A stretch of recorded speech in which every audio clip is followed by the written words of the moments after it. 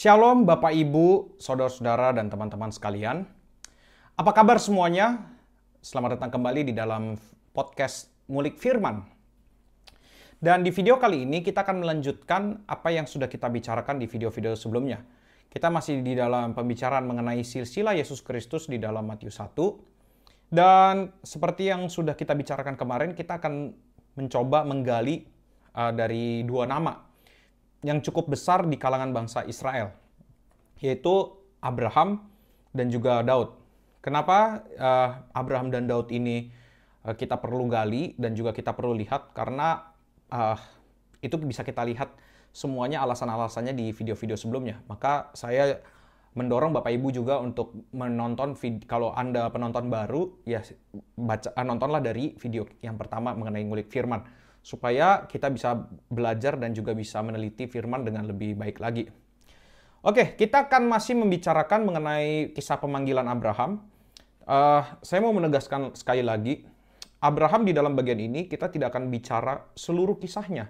Yang akan kita bicarakan hanya berkisar mengenai pemanggilannya, supaya nanti kita punya konteks yang jelas gitu. Pemanggilannya, kemudian janji Allah kepada Abraham. Itu aja paling yang harus kita lihat. Nah, jadi kita akan masih bicara mengenai pemanggilan Allah, dan kemarin kita sempat menyinggung dari Kisah Rasul 7 ayat 2. Maka saya mau mengajak Bapak Ibu dan saudara-saudari teman-teman sekalian untuk membaca lagi Kisah Rasul 7 ayat 2 sampai ke 4. Mari kita buka Alkitab kita. Kisah Rasul 7 ayat 2 sampai 4. Judul perikopnya pembelaan Stefanus, demikian bunyi firman Tuhan. Jawab Stefanus, hai saudara-saudara dan bapak-bapak, dengarkanlah. Allah yang maha mulia telah menampakkan dirinya kepada bapa leluhur kita Abraham, ketika ia masih di Mesopotamia, sebelum ia menetap di Haran. Dan berfirman kepadanya, keluarlah dari negerimu dan dari sanak saudaramu, dan pergilah ke negeri yang akan kutunjukkan kepadamu. Maka keluarlah ia dari negeri orang Kasdim lalu menetap di Haran, dan setelah ayahnya meninggal, Allah menyuruh dia pindah dari situ ke tanah ini, tempat kamu diam sekarang. Nah, kita di sini akan meng-highlight atau akan menggarisbawahi di ayat 2. Di sini ada kata-kata Allah menampakkan diri kepada Abraham ketika ia masih di Mesopotamia. Kita melihat, nanti kita akan lihat apakah ada cerita pemanggilan tersebut atau gimana. Atau apakah Stefanus ini hanya ngarang-ngarang aja gitu. Dan Mesopotamia ini apa? Di mana? Tepatnya di daerah apa gitu. Maka kita perlu melihat referensinya dari Kejadian 11. Mari kita buka bersama-sama Kejadian 11. Kejadian 11 ayat yang ke-27, daftar keturunan Terah. Saya akan bacakan. Inilah keturunan Terah. Terah memperanakan Abram, Nahor, dan Haran memperanakan Lot. Ketika Terah ayahnya masih hidup, matilah Haran di negeri kelahirannya di Ur Kasdim. Abram dan Nahor kedua-duanya kawin. Nama istri Abram ialah Sarai, dan nama istri Nahor ialah Milka. Anak Haran, ayah Milka dan Yiska. Sarai itu mandul, tidak mempunyai anak. Lalu Terah membawa Abram, anaknya, serta cucunya Lot, yaitu anak Haran, dan Sarai menantunya istri Abram, anaknya. Ia berangkat bersama-sama dengan mereka dari Ur Kasdim untuk pergi ke tanah Kanaan. Lalu sampailah mereka ke Haran dan menetap di sana. Umur Terah ada 205 tahun, lalu ia mati di Haran. Kita melihat di dalam ayat 31, di sini kata yang ada tuh Ur Kasdim, bukan Mesopotamia gitu ya. Ur Kasdim, bukan Mesopotamia. Kemudian kita melihat di sini, kalau tadi di Kisah Rasul 7 ayat 2, Stefanus bilang bahwa Allah sudah memanggil Abram itu dari semenjak di Mesopotamia. Ternyata teks ini kita baru bisa lihat pemanggilan Abram itu di ceritanya ya dengan jelas di dalam Kejadian 12 ayat 1. Berfirmanlah Tuhan kepada Abram, dan itu kejadiannya setelah Terah mati di situ ya, setelah Terah mati di Haran. Jadi sebenarnya Abram ini dipanggil di Haran atau dipanggil di Mesopotamia atau di Ur Kasdim sebenarnya.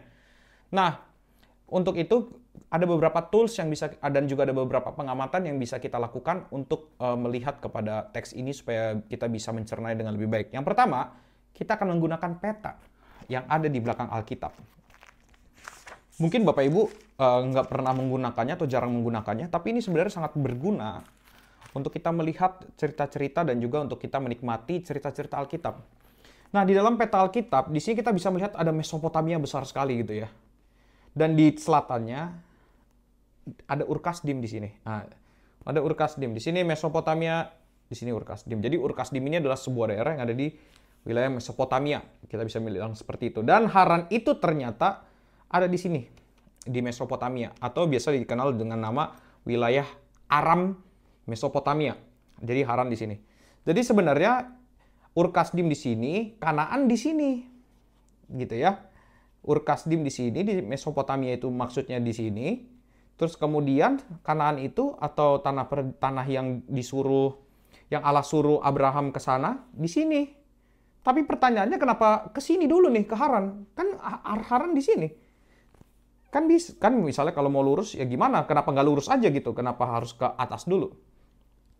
Nah, ini kita akan melihat nanti ceritanya, lanjutan ceritanya dari Kejadian 11 ini. Kemudian kita melihat apakah Abram ini dipanggilnya waktu di Mesopotamia atau di Ur Kasdim itu, atau dipanggilnya waktu di Haran. Dipanggilnya di sini atau di sini gitu. Nah, di teks Kejadian, pemanggilan di Ur Kasdim itu memang tidak ada gitu ya. Tidak ada, kita bisa melihat itu. Tapi kalau kita membaca teks Alkitab dari Kisah Rasul 7, kita harus mencernanya seperti ini. Stefanus, ini kan Stefanus, judul perikopnya adalah pembelaan Stefanus. Pembelaan Stefanus ini berarti Stefanus lagi di mana? Stefanus ini lagi ada sidang. Sidang di mana? Sidang di Mahkamah Agama. Jadi ini bukan mahkamah negara yang bicara tentang hukum-hukum kayak pembunuhan dan lain sebagainya macam, tapi ini bicara tentang Mahkamah Agama. Dan itu ada di dalam, kalau kita lihat di Kisah Rasul 6 ayat 12, itu udah jelas banget di situ. Dengan jalan demikian mereka mengadakan suatu gerakan di antara orang banyak secara tua-tua dan ahli-ahli Taurat. Mereka menyergap Stefanus, menyeretnya dan membawanya ke hadapan Mahkamah Agama. Jadi di sini Stefanus kemudian di ayat 1 di pasal 7 kita melihat dia dihadapkan dengan imam besar. Sudah pasti ini adalah orang yang ngerti tentang teks-teks dari Perjanjian Lama, kitab Taurat gitu ya. 5 kitab pertama itu. Nah, tentu mereka adalah orang-orang yang mengerti tentang hal tersebut. Dan Stefanus mengucapkan bahwa Allah sudah menampakkan diri kepada Abraham ketika ia masih di Mesopotamia. Dan itu tidak menjadi titik berat penghukuman bagi Stefanus. Artinya kita bisa bilang bahwa itu ternyata kisah itu ya menjadi benar gitu. Jadi orang-orang sidang Mahkamah Agama itu dan orang-orang beragama saat itu tidak menganggap bahwa penampakan Allah kepada Abraham di Mesopotamia itu sesuatu yang salah. Itu benar terjadi. Lalu Stefanus mati karena apa? Stefanus mati karena nanti di ayat-ayat selanjutnya dia memberitakan Injil. Dia menunjukkan siapa yang dia sembah. Gitu. Disitulah baru dia nanti diganjar dengan hukuman mati gitu ya. Jadi kita perlu mengerti sekali lagi bahwa di dalam bagian ini Stefanus tidak dianggap bersalah karena bilang bahwa Abraham itu dipanggilnya dari Mesopotamia atau kalau tadi kita bilang adalah daerah Ur Kasdim. Tidak dihukum. Maka dengan demikian kita jadi tahu bahwa Allah menampakkan diri kepada Abraham pertama-tama di Ur Kasdim. Dan penampakan dirinya ini adalah bahwa Abraham disuruh oleh Allah untuk pergi dari situ. Dan kita lihat nanti akan lebih jelas sebenarnya perintah Allah itu seperti apa gitu ya. Kita lihat di ayat yang di pasal 12 Kejadian, kitab Kejadian 12. Ayat 1 sampai 3, tapi kita baca dulu ayat 1-nya. Kejadian 12.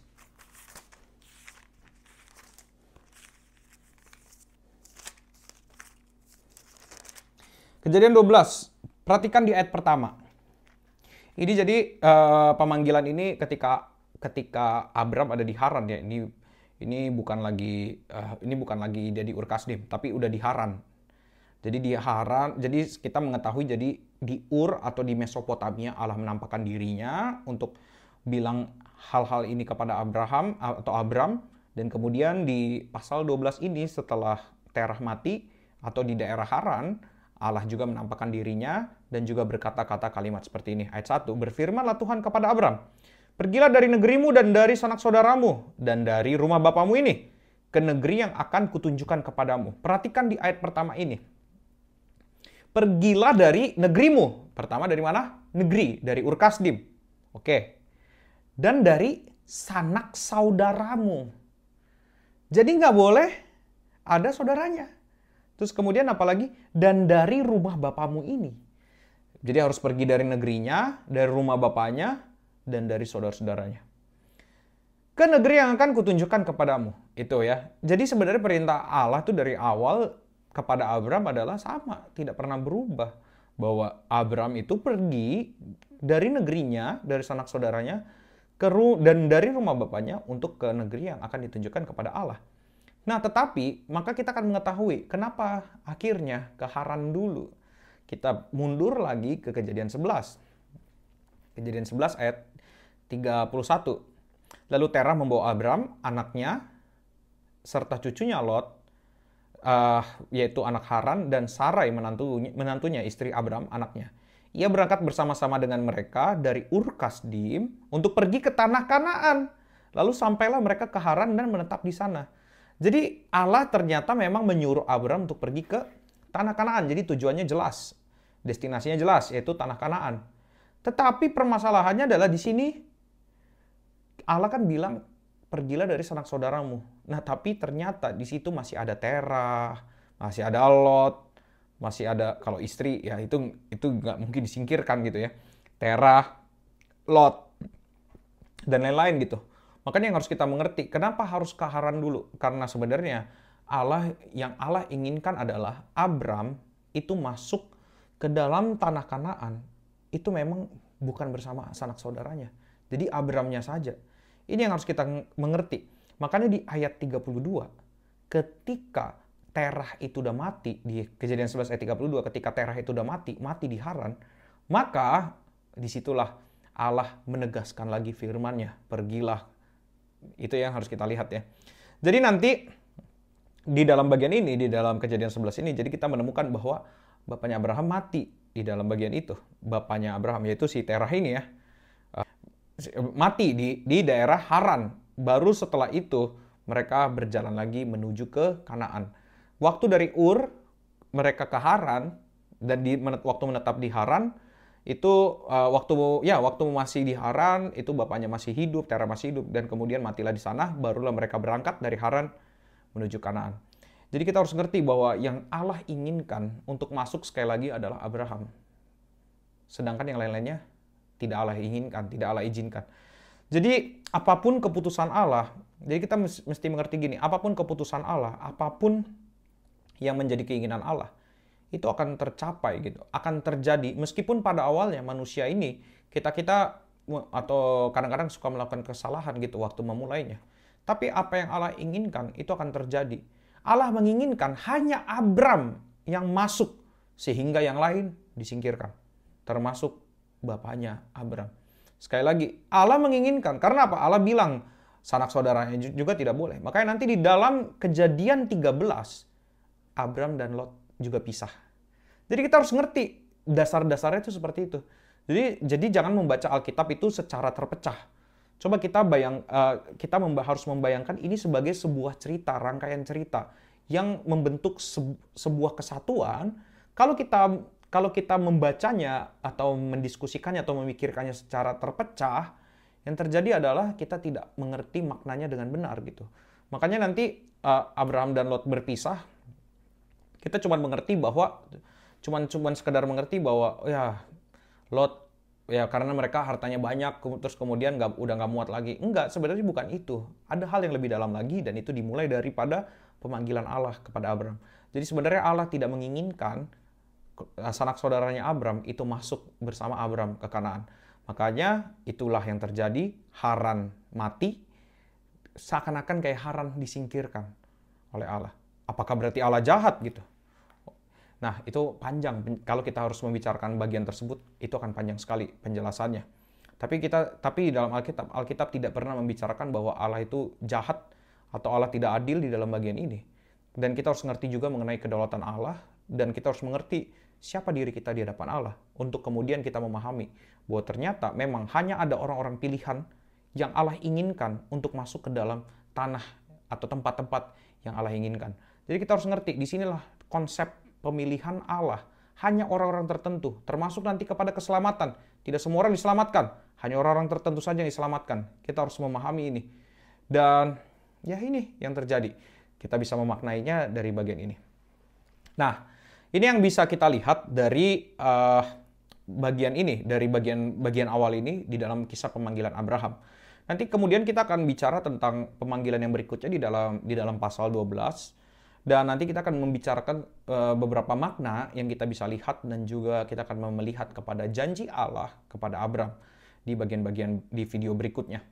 Jadi demikianlah yang harus kita pahami tentang panggilannya, tentang perjanjian Allah kepada Abraham, supaya kita bisa mengerti tentang konteks Matius lebih lagi.